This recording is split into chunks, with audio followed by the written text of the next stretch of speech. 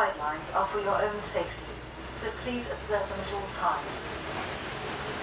Do not stand on the upper deck whilst the bus is moving.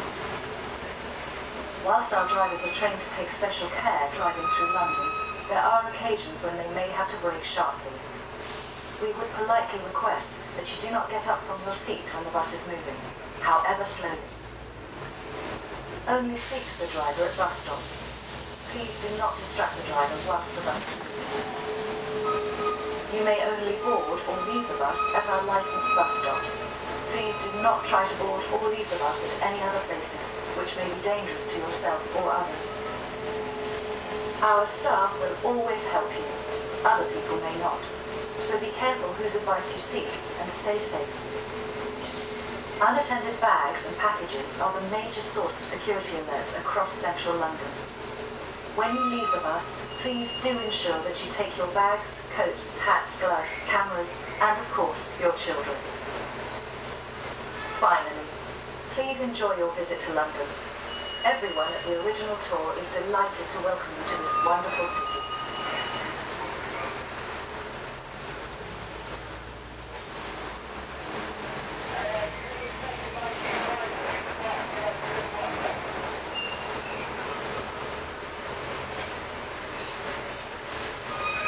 The history of the original tour dates back to the early 1900s, but a scheduled service was formally introduced in 1951, when thousands of visitors descended on the capital for the Festival of Britain. Our service has been recreated in every major tourist city around the world, many under the excellent City Sightseeing brand. But we are proud to be the original. By travelling with us today, you are a part of London's history.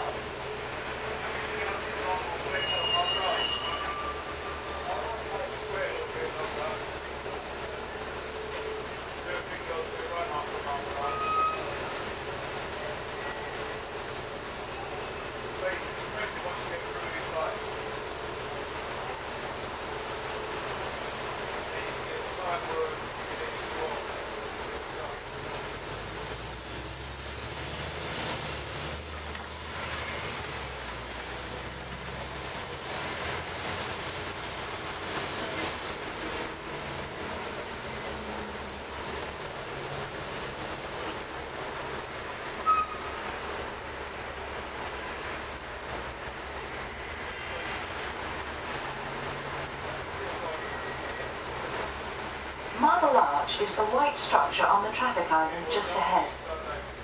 Marble Arch was moved to its present site from outside Buckingham Palace in 1851. It is based on the Arch of Constantine in Rome.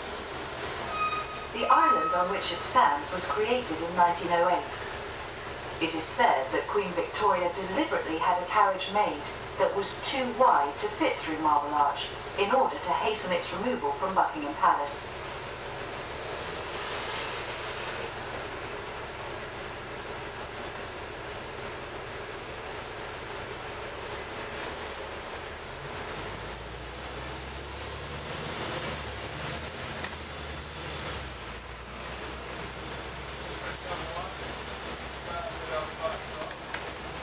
Close to Marble Arch is a white circular plaque in the ground, marking the spot of the Tyburn Gallows. This was one of the numerous public execution sites in London. Criminals would be hanged on public hanging days, said to be the origin of our bank holidays. Being hanged at Tyburn was known as going west. The gallows were designed to be able to hang 24 people at once. The Tyburn Gallows were demolished in 1759, and the beams were used as beer barrel supports in a nearby inn. Portable gallows were then placed there, and the last hanging took place at Tyburn in 1783. It is estimated that around 80 people a year were hanged here. Most historians agree that the first hanging at Tyburn took place in 1196.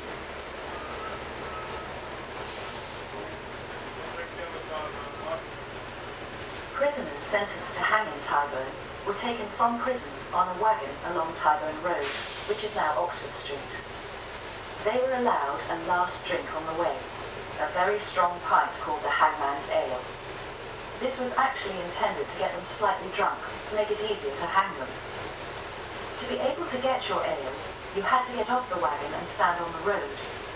As it was your last drink ever, it became known as having one for the road, a saying still used in England today. Now, if you didn't want to drink, the jailer would announce, "Staying on the wagon," again, an expression still used today to symbolize you are off the drink.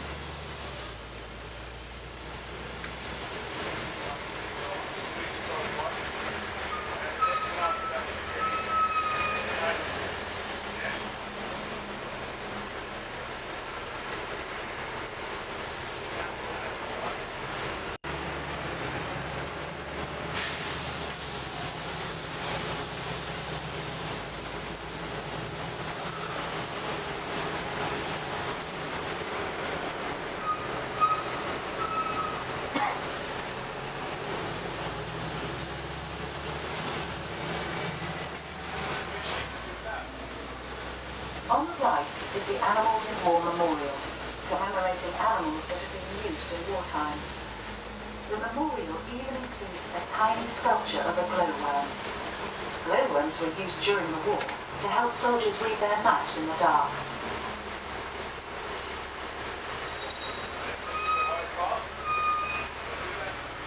The park over to our right is Hyde Park, formerly a royal hunting park where Henry VIII would hunt deer. It was exclusively for royal use until James I came to the throne and allowed limited public access. Together with Kensington Gardens, it forms the largest of the royal parks in central London, covering an expanse in excess of 344 acres. It has its own artificial lake, the Serpentine, created in 1730, which is now used for boating, sailing, and by the occasional brave swimmer. Hyde Park has 4 miles of horse riding track as well as cycle and rollerblading routes.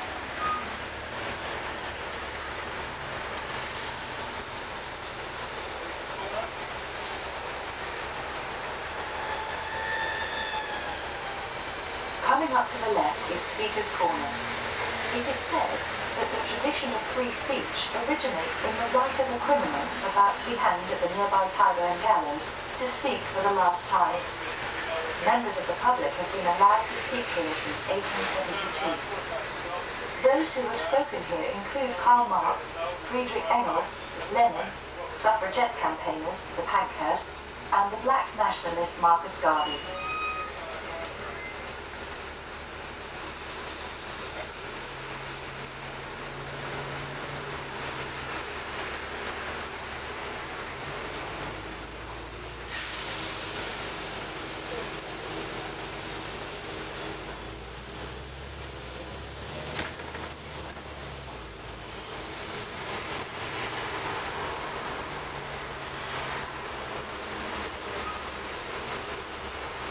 We will shortly arrive at our termination point at Marble Arch.